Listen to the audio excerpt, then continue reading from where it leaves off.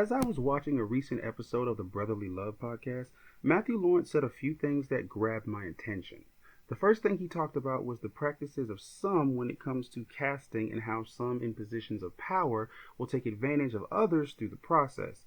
Me Too movement in regards to the entertainment industry and what's happened. Actually, anybody in power that uses their power to influence somebody else for anything, really, was a very good thing. Very prevalent in our industry. Oh, yeah. I know I've been on movie sets where I've heard male producers talk about these girls that they've given jobs because of either the way they look or that they went out to drinks with them. I've been privy to all those conversations, so I know how important actually that was, because it is a real thing. The casting couch, we all know it's existed. We've all been somewhat complacent in a way towards it, and I know I have a responsibility for that, and you guys do as well.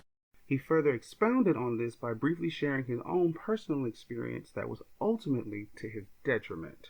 Men go through this as well, whether it's another woman or another man in power. Yeah. There's been many times in my life where I've been propositioned to get a huge role. I've lost my agency because I went to the hotel room, which I can't believe they would send me to, of a very prominent Oscar award-winning director who showed up in his robe, asked me to take my clothes off and said he needed to take Polaroids of me, and that if I did X, Y, and Z, I would be the next Marvel character. I didn't do that, and my agency fired me because I left this director's room. The fact that his agency dropped him because he left that director's room is wild.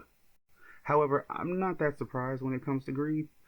Secondly, he talked about how when people talk about these messed up experiences, men and women alike, they tend to be dismissed. And when it is a masculine male, how they are made fun of, as he briefly recalls what happens to Terry Crews. A lot of these stories, a lot of my other male friends have gone through with both men and women in this industry, but there's a double standard, and this is where I bring Terry Crews. Terry Crews comes out and says it, people are laughing at him. Right. People don't support him. They kick him out. Why? Because he's a man that represents masculinity, and I think our society is less ready to hear that situation going on with men than they are with women, actually.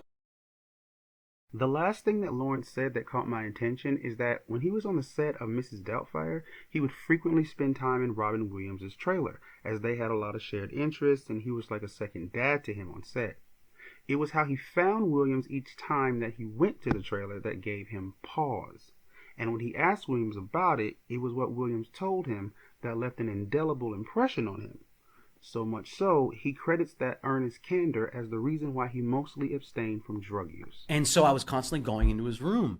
And, he'd come off stage, go into his room, and everybody would just be like, that's Robin's space. But I was 11 or 12 years old. I didn't have that space boundary. This guy was treating me like he was my second dad. So I was like, open the door and fly into his trailer and be like, so this is what I got an idea, and every time I opened the door, you'd see a guy that comes off the set like beaming with more energy than I've ever, and anybody has ever seen. And then I'd open the door and this is what I'd get.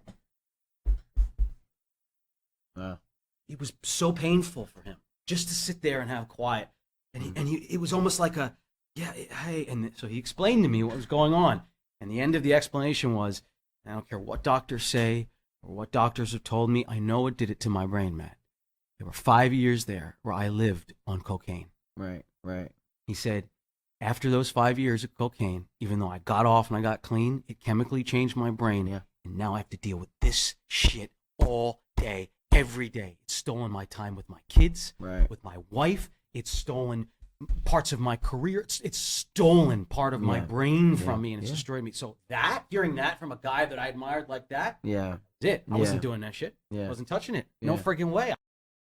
I feel Matthew Lawrence brought up a lot of good points, and a lot of the points he touched on have been expressed by many people like Tarana Burke, Ambra Batielana Gutierrez, Terry Crews, the list goes on.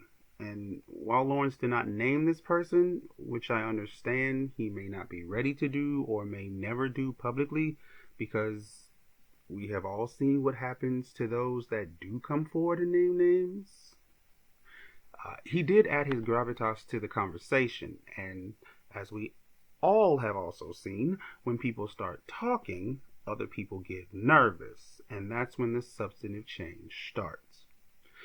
Now I'm gonna tell you something. One finger pointing the blame don't make no impact. But you ball up all them fingers into a mighty fist and you can strike a mighty blow.